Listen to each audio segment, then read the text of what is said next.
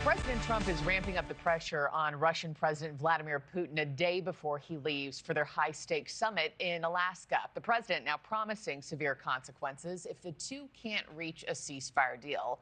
Those comments coming after a phone call with Ukrainian President Volodymyr Zelensky and other European leaders as well. NewsNation's Robert Sherman is live for us once again in Kyiv.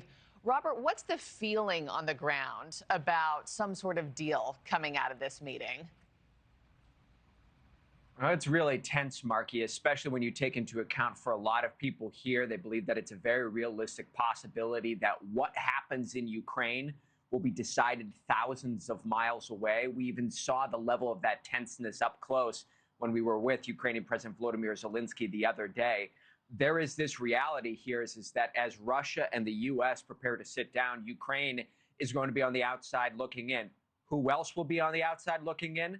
The Europeans. And this is what we've seen over recent days here. President Zelensky was in Germany yesterday. Today, he's in the United Kingdom meeting with British Prime Minister Keir Starmer as everyone tries to get their objectives aligned ahead of that Friday summit in Alaska. President Zelensky emphasizing, however, he is still not confident Russian President Vladimir Putin is serious about peace. Take a listen. I told my colleagues, the U.S. president and our European friends, that Putin definitely does not want peace. He wants the occupation of our country, and we all really understand that. Putin will not be able to deceive anyone. We need further pressure for peace, not only American, but also European sanctions. That's why President Trump said that he wanted to have this summit to look Russian President Vladimir Putin in the eye to determine if he is serious or not.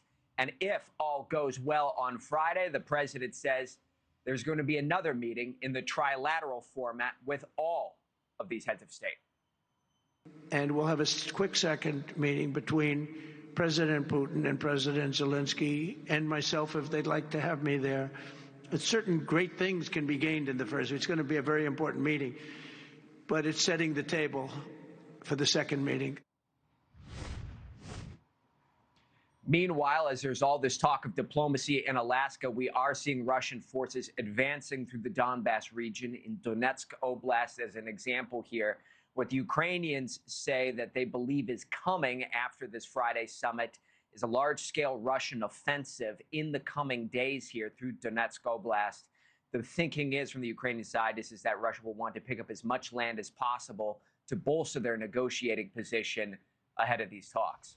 Thank you for watching. Subscribe below and download our NewsNation app right now on your phone, and you will get fact-based, unbiased news for all Americans.